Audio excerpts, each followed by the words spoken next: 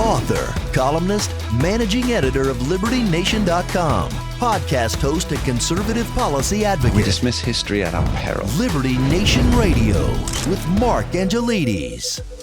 As the saying goes, a country without borders is no country at all. Is that the ever-pressing future for the last beacon of hope, the United States? The administration has lost complete control of the southern border, and President Biden either doesn't know how or doesn't care to deal with it. Throw in a volatile Wall Street, some major changes in Congress, and some very poor messaging. What we have is the perfect storm of disaster hidden behind a veil of political posturing. But it might not all be bad news. Welcome to Liberty Nation Radio here on the Radio American Network. I'm your host, Mark Angelides. On today's show, we'll be dissecting what went wrong with Joe Biden's honeymoon in the White House and how the moneymen of Wall Street are hedging their bets. We'll also be going to figure out precisely how the border situation descended into humanitarian chaos. And we'll be talking liberty with Scott Cosenza to examine the future of abortion and religious freedom in the United States of America. I'd like to say a special thank you to our listeners on WARK on 1490 AM and 98.9 FM out of Hagerstown, Maryland. Thanks for being part of the team. Remember, this show is proudly sponsored by LibertyNation.com, where you can access podcasts, breaking news, analysis, and a range of biting and brilliant shows to whet your appetite for freedom and your fondness for the great American Constitution.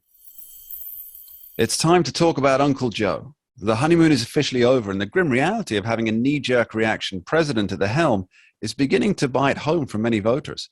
Recent polling puts President Biden firmly in negative territory. In fact, the only poll that gave him any plus approval at all was a Fox News survey. Afghanistan, the border, lies, cover-ups, and a general air of incompetence surround the beloved commander-in-chief. Why the mainstream press so late to the party? Well, to figure out how a wave of optimism turned to a tsunami of despair in less than a year, we're joined by Liberty Nation's own editor-in-chief, Miss Lisa K. Donna. Welcome aboard, Lisa. Hi, Mark. How you doing? Absolutely fantastic, although I am troubled by events on your side of the Atlantic. So my first question has to be, how did this go so wrong so quickly on such a monumental scale? And why did the media ignore every single red flag that was so apparent to everyone else? Well, I guess we have to begin with Mr. Biden's approval ratings. As of this week, Rasmussen reports, they do a daily presidential tracking poll, and it showed that 45% of likely U.S. voters approve of Biden's job performance and 55% disapprove. Interestingly, that's the same exact number registered by President Trump 1 year ago. But, really what this says to me is that Biden's unity message doesn't appear to be working. As for the media, Mark, I don't think they were ignoring the red flag so much as they've been openly rooting for Biden and often construct an entirely different narrative. Again, this takes us back to this false unity message of the Biden administration. Yeah, it seems more so they're the enablers of somebody struggling with a problem, which, as we know, only makes the problem worse. Now, I think it's, that to many it seems that Biden's efforts to undo Donald Trump's legacy is what's landed him in this position. Now, he has the border out of control, and the only realistic way of regaining that control is, as many people put it, immediately adopt Donald Trump's policies. What do you think of that? Well, your question reminds me of Proverbs 16:18, a pretty famous quote from the Bible, which says, "Pride goeth before destruction and a haughty spirit before stumbling," or something like that. Anyway, Joe Biden has been stumbling a lot. The Afghan withdrawal was, I think that woke up much of the pro-Biden media. I think the administration was quite shocked at having to answer some difficult questions from its friends, especially after the deaths of 13 military personnel. And that led Biden and company into a rush for revenge. So then they decided to drop a bomb on an innocent Afghani and 7 kids, kind of a get me somebody, anybody to drone and get me somebody while I'm waiting. Unsurprisingly, the mainstream media didn't play up that mistake. And then just to finish up, came the images out of Del Rio, Texas. And again, the tough questions came from friends like Gayle King, who went toe-to-toe with Jen Psaki on CBS this week. So it seems to me that the media are experiencing maybe not buyer's regret, but more Biden's regret. I mean, they've put the house, the farm, and the store on getting the Biden-Harris ticket in, and now they're dealing with the fallout of it. We see, as you spoke about recently, that Black Haitians being deported and told not to come anymore, and yet the Fourth Estate, they can't use the same messaging that they used during the Trump era. This was their fodder, and now they're being forced by their politically biased ideology to stay silent. It's not a good look for them. It's not a good look for the president. And I don't see for how much longer they can keep it going. Now, do they have a battle plan, the Fourth Estate here? And does that plan involve crowning Queen Kamala Harris? Well, it's funny you've asked two important questions here. One centers around the media and the other around the political fallout. So I'll take the media first. Where they've been struggling is how to get around these disturbing images, like women being whipped in Afghanistan, the shanty town next to the bridge near Del Rio. You can argue narrative all the livelong day, Mark, but when pictures are telling the story, it's very, very difficult to counter those. Perhaps that's why, you may remember, the FAA tried to shut down the Fox drones that were flying over the Rio Grande. For those listeners who aren't familiar with that, it's just after Fox News drones flew over taking pictures and footage of all the migrants under the bridge. The immediate response from the administration was to order the FAA to stop drone flights for 2 weeks. So no more migrants, just no more pictures of migrants. Well, exactly. Such a poor optic for the Biden administration. The FAA finally had to back down. The negative publicity was just embarrassing. So, that's the media portion of your question. Now, as far as the political fallout, I think the midterms will be the tell. There's strong indications that the Trump train is beginning to pull out of the station as politics in the midterms are wont to do around Labor Day. And that certainly puts the fear of God into the Democrats. But we really won't know how bad things are for the Dems until the midterms are over. Should the GOP pull ahead, that's going to signal a serious problem for Biden in terms of governing. Let's move on to President Biden's mega spending plan. He wants to pass bills that total almost $5 trillion, which, as we know, is more like 6.5 to 7 when all's said and done, that he likely sees as an FDR New Deal or an LBJ Great Society. But to get it, he's going to have to do some pretty drastic actions, right? He either has to ignore the Senate parliamentarian, scrap the filibuster, or, and oh, the horror here, compromise with Republicans. Which one do you think he's going to go for? I'm not sure, but, you might ask about unity, the unity that was promised he was going to work bipartisanly. Do you remember that? I think everybody remembers it. And as you pointed out in the polling, it's the unity that is really hurting Biden in these polls. Yeah, and here's where the Republicans just, going back to the 6.5 or the 5.2 or the trillions.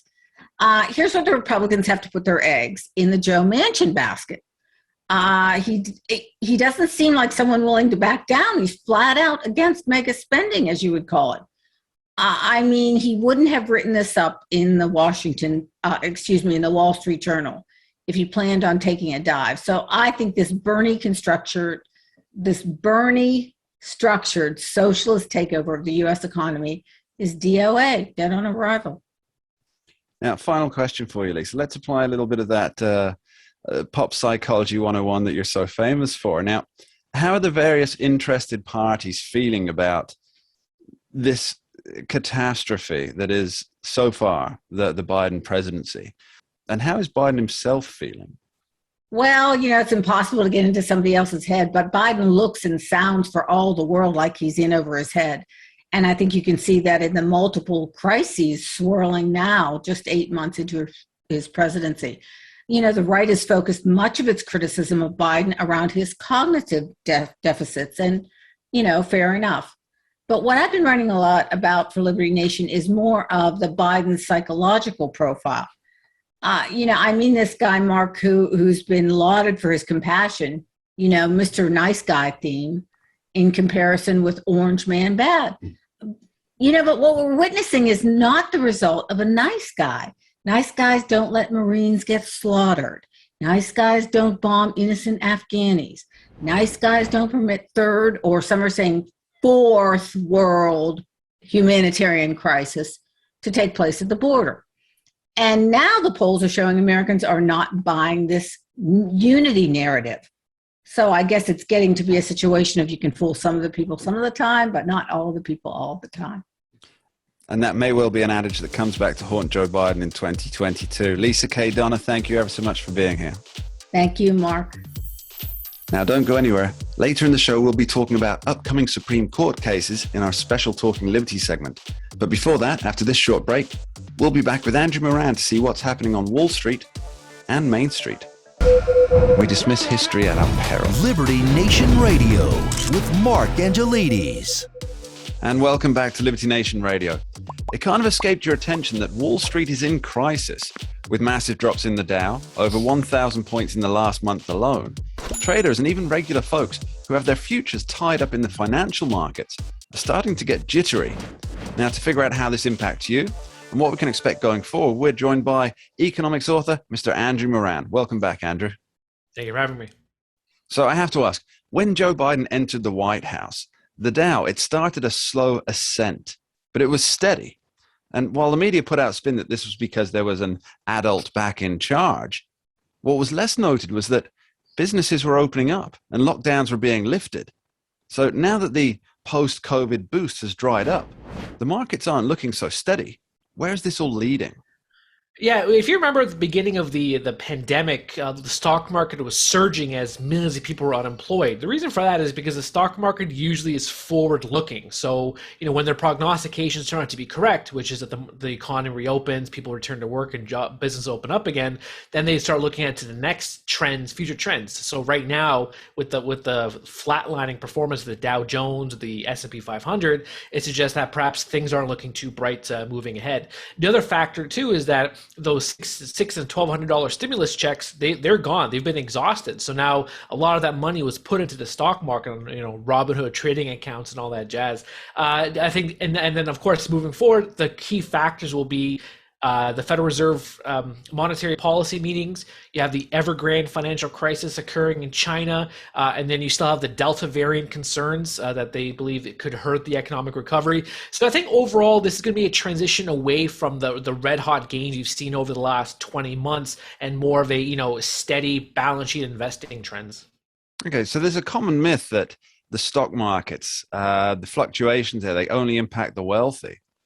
So when we hear that Wall Street drops 800 points in a day, the radical leftists, they cheer. Andrew, could you dispel this myth and tell them what they don't quite understand, please? Yeah, well, I think the last estimate I saw was 60% of Americans are impacted by the financial markets directly. So I can imagine the rest of the population is just as affected indirectly. Their 401ks, their retirement accounts, businesses are tied up in stocks. If a stock crashes, then obviously, that's not good for the company because it shows that investors are not confident in the future of this corporation. The second aspect also is that, the stock market provides us signals and it provides a glimpse into the future. Obviously, if the financial markets are cratering 1,000 points one day, 800 points next day, 600 points the following session.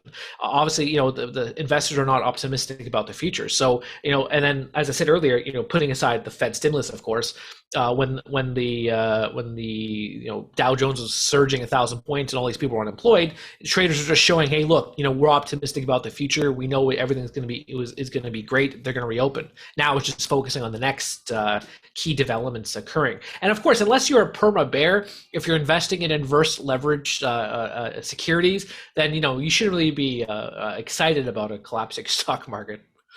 All right. Now, with the government set to hit the debt ceiling in October, Treasury Secretary Janet Yellen, she recently wrote that all of this could lead to an economic catastrophe. Her words there. Now, what apocalyptic event is she envisioning here? And perhaps more importantly, is it fated to happen anyway when coupled with this mad rush to spend and borrow?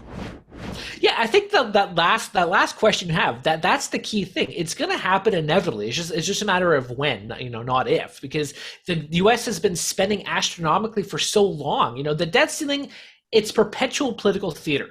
At the same time, I can understand her concern. If the U.S. were to default on the debt, it would have, broad consequences for not just politicians, but everybody else, because borrowing costs would skyrocket. One thing that the U.S. government can do, and why it's been able to spend so long without getting into serious trouble, is that it can borrow cheaply, because I guess the U.S. government is the gold standard when it comes to government policy making. The other thing, too, is that consumers, they would have, they would face rising interest rates for, their mortgages, their car loans, all the day-to-day borrowing that consumers do.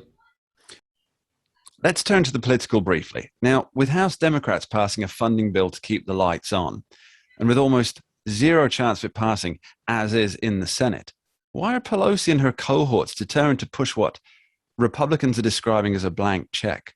Do they think that they can get last-minute support for this? Or do they want to actually turn the lights off and then blame the GOP? No, it's going to happen. The GOP, they're going to cave. They're going to give the Democrats what they want. They're going to claim some victory by saying, oh, look, we got a $20 or $50 billion spending cut out of a $5 trillion spending budget. So no, I think the Democrats know that Republicans will cave. They'll just do whatever they want and then get crumbs for their efforts and say, look, we can work with our enemies in Washington. And nothing changes. I don't know if you remember in 2011 the sequester. I don't know if you remember that. The two sides, they had this apocalyptic showdown. It was a high noon. It was Gary Cooper. But what happened? The GOP, they got some minuscule spending cuts over 10 years, not in 1 year, but over 10 years. And their debt ceiling was increased almost immediately by $500 billion. And then there was some other deal in there where Obama, he could have proposed spending another $1.2 trillion. And, only in Washington can spending cuts lead to more debt. Because that's what happened. You had this $86 billion automatic spending cuts, but the debt and the spending still went up. It's absurd. It's these automatic spending increases that occur that's just fixed into the federal budget. And every time there's a debt ceiling stage play, I just roll my eyes because I know exactly what's going to happen. Nothing. All right. Well, let's continue with the reading of the tea leaves here, Andrew. Where does the market go if the government can't keep the lights on? Yeah, well, of course, there would be bedlam in the financial markets. But if you look at the markets right now, I think they're confident that the Republicans and Democrats are going to reach an agreement on the debt ceilings. Otherwise, you'd have the collapsing, 1,000 points at Dow Jones, 500 the S&P. So I think they know what's going to happen, and that's they're going to reach an agreement. Lights are going to stay on and all that stuff. But I think that right now they're more worried about the upcoming Federal Open Market Committee meetings of the Federal Reserve because of the whole tapering of all the stimulus efforts and interest rates. So that's more of what they're concentrating on right now. And we'll be keeping a sharp eye on that. Andrew Moran, thank you very much. Thank you for having me. You're listening to Liberty Nation Radio, heard across the Radio America network from our flagship station in the nation's capital, WWRC in Washington, D.C. And remember, you can tune in for Liberty Nation from 2 to 3 p.m. Sunday on KBKW 103.5 FM or 1450 AM, the talk of Grays Harbor. Coming up soon on the show, we'll be discussing whether Trump voters got a return on investment with 3 SCOTUS justices. But next up, we're going to figure out what went wrong down on the southern border. Don't touch that dial. We dismiss history at our peril. Liberty Nation Radio with Mark Angelides. The word crisis is used often in media circles. It signifies a problem, but not yet a disaster. Yeah, would it be a step too far to say that President Biden is now dealing with an actual disaster at the southern border? We have thousands of Haitians, some being sent to cities in the US, others being packed on planes and sent homewards.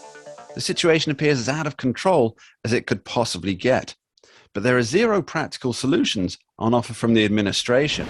Liberty Nation columnist Sarah Cowgill has been following the threads of this burgeoning humanitarian catastrophe, and she's here today to help us figure out what's really going on and where we're headed. Welcome back to the show, Sarah. Thanks for being here. Yeah, thanks for having me, Mark. It's always good to be around.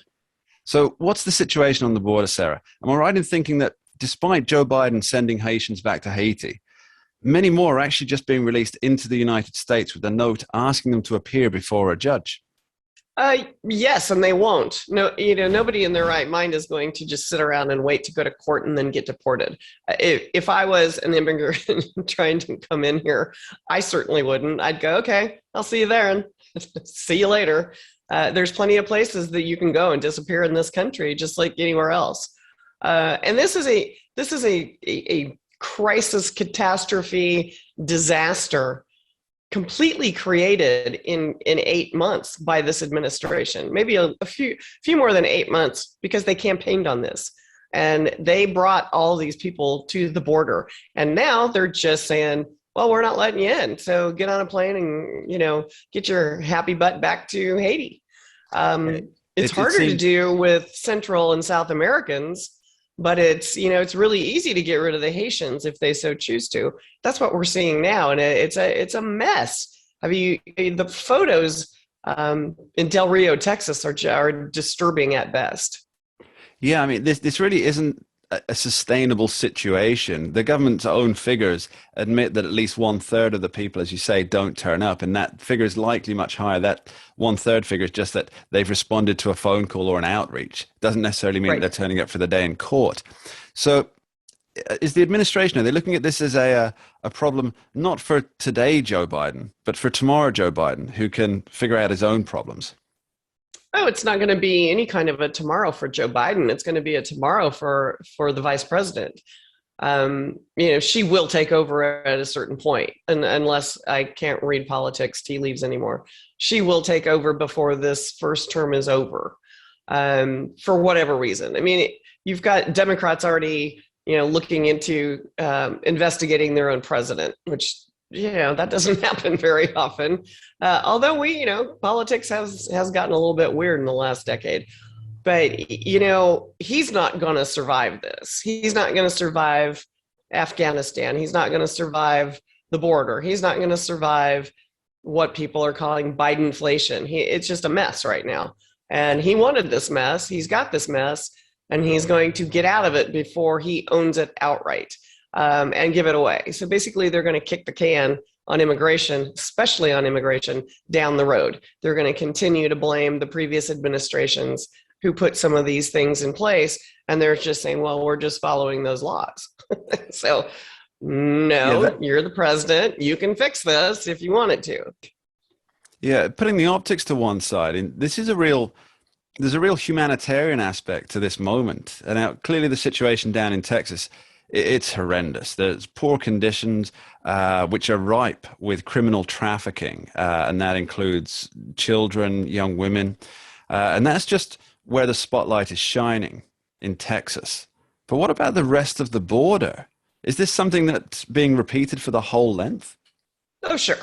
Just not to this extreme. It's what they call the boot heel. Wow, that was tough. The boot heel of New Mexico, and there's a spot in there in Sunland Park and those little areas. And I do have a good friend down on the border who has a ranch down there, and it's a daily barrage of people coming through his property because there's holes in the wall. They're sitting there trying to figure out how to plug the holes to keep people out. So that's my assessment of the southern border. Well, I have to say, there's somebody who completely disagrees with your assessment there, Miss Sarah Cowgill. Homeland Security Secretary Alejandro Mayorkas, he said that the border is closed, the border is secure.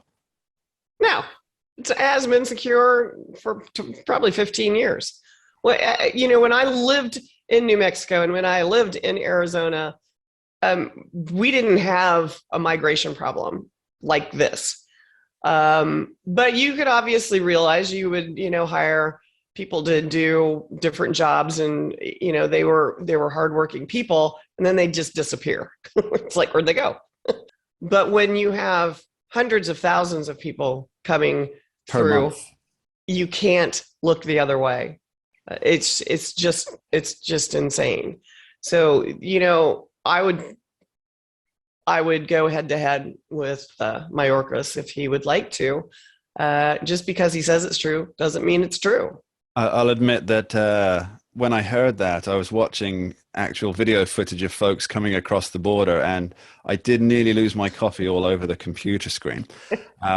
Quite how he can say that with a straight face. And the fact that the media aren't calling him out on it. Now, surely this is an abdication of responsibility from the fourth estate.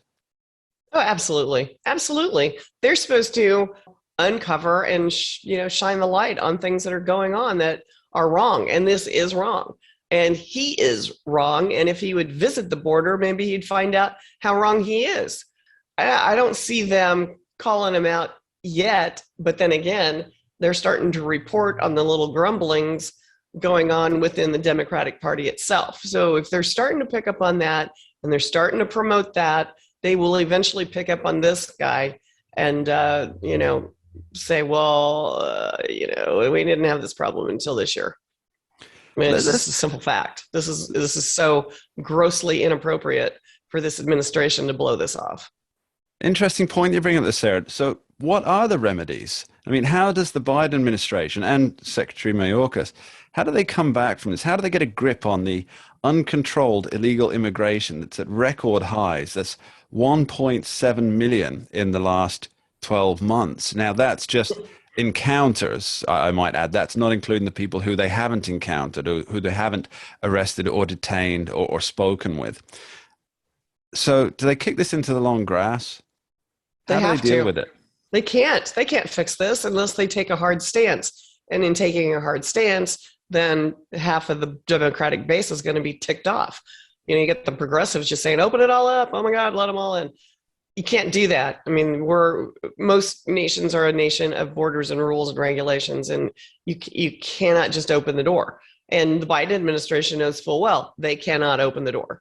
So they're just putting a Band-Aid on a bleeding artery at this point.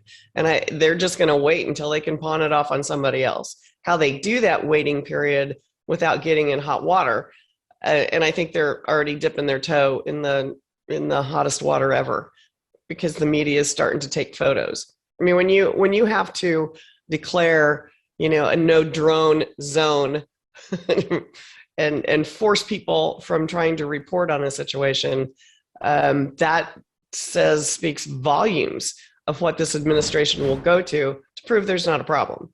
There's a problem. We've seen this before. There was the kids in cages, and then that stopped. Although it didn't stop, what there was no more photos of kids in cages. And Then there was migrants under the bridges in Texas. And then, of course, there were no migrants under the bridge in Texas. There's no migrants. There were no more photos of migrants under the bridge in Texas. Exactly. Sarah Cowgill, thank you ever so much for being here. Thank you, Mark. Right after this short break, we're talking liberty with Scott Cosenza. Abortion and freedom of religion without political persecution are on the docket in the Supreme Court. What's happening and how will it play out? Don't go anywhere. We dismiss history at our peril. Liberty Nation Radio with Mark Angelides. Welcome back to Liberty Nation Radio. The calendar for the next Supreme Court session is out, and the cases are red meat for conservatives. From abortion to religious liberty, it seems the High Court is just about ready to start tackling the wedge issues. Now, to figure out what these cases really represent, we're fortunate enough to be joined once again by Liberty Nation's legal affairs editor and host of the amazing Uprising podcast, Mr. Scott D. Cosenza, Esquire. Welcome back, Scott. Thank you for that great praise, Mark. It's a pleasure You're to be very here. welcome, and it's very true. No flattery at all there, just honest facts. Now, let's talk about the abortion case first. This is being billed, rightly or wrongly, as the case that could overturn Roe v. Wade. Now, I have a few questions on this, but the first is that for 4 years under Donald Trump, and in the run-up to the 2016 election, we were all told that the brash Republican would overturn the landmark abortion decision. Now, there were never any specifics given to this scaremongering, but now it's Joe Biden's watch. Wouldn't it be ironic that a Democrat is the president who oversees the downfall of Roe v. Wade? Well, I tend to look at the court, Mark, as a silo of its own, of its own order. So I don't know that I would agree that it's ironic, but it's certainly an interesting political feature. And one of the things I think that it's always important for Americans to remember when the politicians and the interest groups or campaigners, as you say over there, get going, sometimes it's for the reason of the policy or the law, and sometimes it's just to make money or to gather votes that don't have anything to do with that particular issue. So that's an important part of the equation as well. Abortion is one of the biggest fundraisers in America, I believe, directly after the Second Amendment. Yeah, and I'm thinking of your comment about how the people Trump promised to reverse it and people went crazy. And I think that the people who didn't want Donald Trump in office for all sorts of reasons having nothing to do with abortion try to leverage that issue because it animates so many people on both sides in America. Okay, so give me the details. How can this case, being heard on December 1st, I believe, or starts hearing on December 1st, well, impact let's Roe give v. the name. Wade? It's Dobbs versus Jackson Women's Health Organization. It's out of Mississippi. And the court has taken the case to resolve the question about whether or not pre-viability restrictions on abortion are going to be constitutional. Currently, they're not. Under the current jurisprudence, they are not constitutional. But because the court relied on technology to draft their previous rulings on the case, the technology changes and viability changes. So where does that leave us? That's sort of where things are. That's something you and I have discussed before about how technology could be the straw that breaks the back of Roe v. Wade. I think it will. Especially with in July, I believe there was the most premature baby ever born, which was 5 months early, and the petition for review to the Supreme Court by Dobbs, who is the named party in that case, is the Mississippi Health Commissioner, recited testimony from a neurobiologist that Mississippi put on that was talking about when a fetus can feel pain and dealing with their electric processes, I guess, that indicate that in the brainstem. And it was fascinating, and it just keeps getting earlier and earlier in the life cycle that they can detect these measures. So to carry on with that theme, one would think that if the lawmakers on the left, for example, were so determined to protect abortion as a fundamental right as they see it there, they would have crafted legislation that can stand the test of time and not be superseded by technological advances, which were obviously going to come. I mean, have they not done so to, I'm going to paraphrase Alexander the Great here, there'd be no more wars to fight and no more funds to be raised, as you pointed out earlier? Well, yes, Mark, but really good legislation is difficult to craft and even oftentimes harder to pass, especially on an issue like abortion. You have to remember that the American people never agreed on abortion or came to a collective judgment about it. It was just a plurality opinion in 1973 by a few Supreme Court justices that imposed this rule. And so, yes, there could have been some legislating in the meantime. However, because the Supreme Court said... They only had 50 years, Scott. Give them a break. Because the Supreme Court said it was a constitutional right, you could argue that it's not appropriate to legislate in that area because the Supreme Court kind of filled the zone. Absent a constitutional amendment, I think, which is really what they should go for, except for the numbers don't support it. Like you would think, why is there so much, if you read consuming the popular media, you would just think like it's a real niche kind of view to think that abortion should be legal, like that, the toddler should be given machine guns or something like just like the way it's presented, like it's a non-starter or no brainer. But the American people, by and large, don't favor continual expansions on abortion. They favor legalization broadly, but not the kind of no matter any restriction is verboten kind of policy that those animating the real pro-choice movement types favor. Okay, so the second big case for me that I saw on the Supreme Court docket, or upcoming docket, was that of Carson versus Macon. Now, this is a case out of Maine in which a tuition payment program that provides funds for students to attend various private schools. It seems that the parents who wanted to send their kids to a Christian school were cut out of the program. Now, as somebody who doesn't understand the American legal system, nor the British one for that matter, this seems unconstitutional. Yeah. Care to give us the details on this? So for the record, the policy and the program doesn't just discriminate against Christians or Christian families. It discriminates against the religious schools, basically. If in Maine, I presume this has to do with how many places are so quite rural in that state. But a number of school districts in that state don't operate schools. They simply give a voucher for the parents to take their kids somewhere else. And most of those schools are not religious based, but those that aren't eligible for the program. So the program discriminates equally against all faithful folks, Muslim, Christian, Jew, whatever. And it does seem to be unconstitutional, Mark. Perhaps, there's an argument that it's not discriminating against a particular religious viewpoint, but religious viewpoints generally. I don't think that's a case I would want to get behind as an advocate, but we'll see what the court says.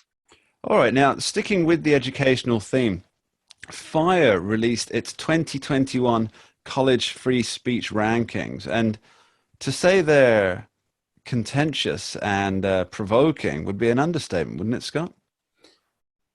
Boy, some of the data is really disturbing, Mark. This is the Foundation for Individual Rights in Education. And the one reason why I wanted to bring it to the table, the statistic that I thought was so troubling, and just for the record, this was a survey that went over the course of months at hundreds or almost 160 plus colleges, I think, and thousands of respondents. And it is a scientific survey.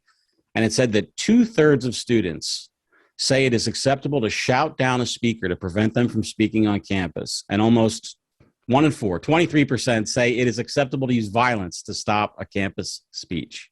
So we at Liberty Nation have more work to do, and especially at LN Gen Z, our site that's focused on students and young people, because that is a staggeringly shocking number. I think it's really profoundly disturbing. I mean, the implication here for everybody is that these are college children who are just embarking on their political awakening. So will be, presumably a selection of them will be in the houses of Congress at some point. Oh, absolutely. These are the nation's leaders. And instead of being taught, of course, that college is the one place where you should explore controversial ideas and anything's okay to study and get into, it's the exact opposite. It's the narrowing of acceptable fields of endeavor.